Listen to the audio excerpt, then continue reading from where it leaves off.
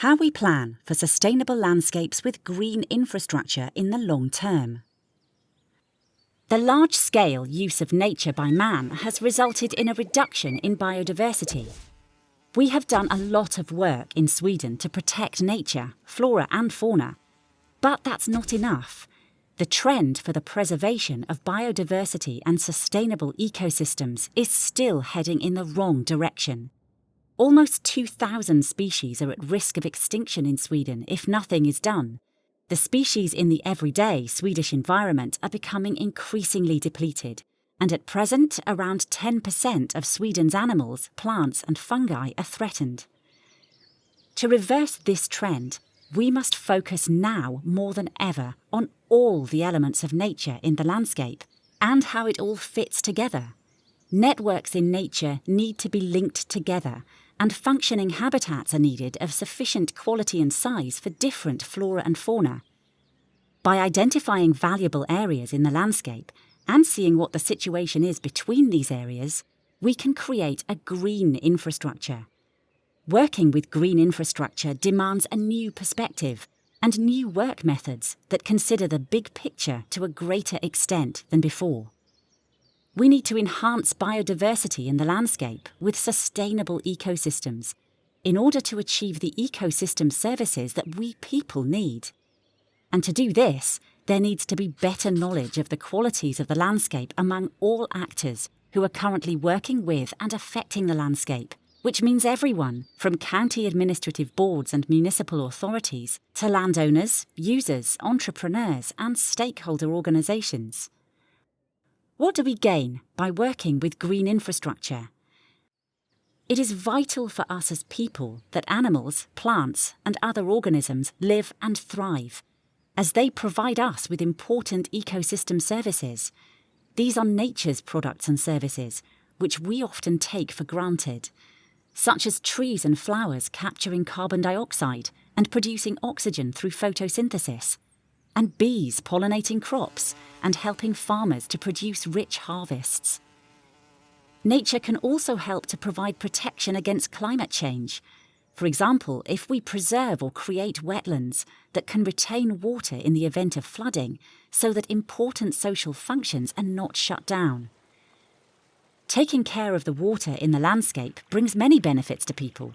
For many, lakes and watercourses represent an important source of recreation in the form of bathing, fishing, birdwatching and outdoor experiences.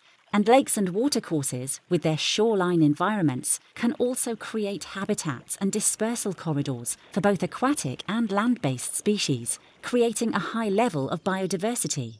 With green infrastructure in the landscape, we enjoy a richer outdoor life, beautiful experiences and better health. Green infrastructure is a long-term task that can also help us to achieve Swedish and international environmental and sustainability goals, as well as outdoor recreation goals.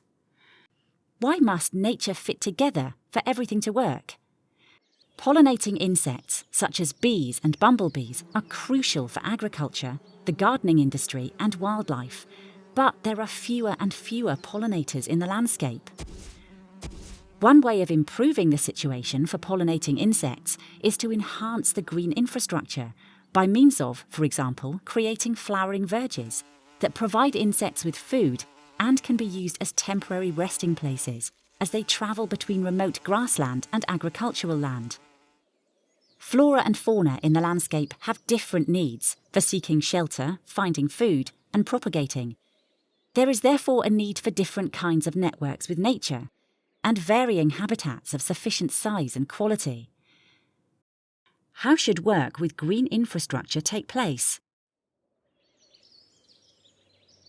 County administrative boards are responsible for the regional action plans for green infrastructure in order to work together with the various actors in the landscape to help map out valuable nature and the ecosystem services it provides today.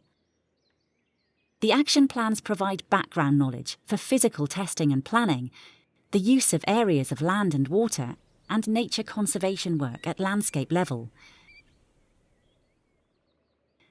The action plans are also important in the identification of needs for initiatives and analyses of future threats from, for example, climate change. There is already legislation that regulates how areas of land and water must and may be used. Work on green infrastructure does not involve new legislation, but offers support that can provide various actors in the landscape with better conditions to plan and prioritise measures based on their various activities, conditions and ambitions. The first stage in work with the regional action plans involves mapping, collecting, compiling and making available all the knowledge that already exists. All of the actors in the landscape have needed or will need to contribute their part of the big picture, but land-based industries such as forestry and agriculture are particularly important. They possess competence and their own views on what is possible to implement based on their perspectives. It is important to have a dialogue and participation between the various actors in the landscape in order to achieve a shared understanding of where in the landscape valuable nature exists. This may be a challenge, as there may be a need for new ways of thinking and collaborating. Work with the regional action plans involves prioritising and choosing initiatives before then taking action. All individual land areas are separate segments in the landscape, with each individual property able to contribute to the whole.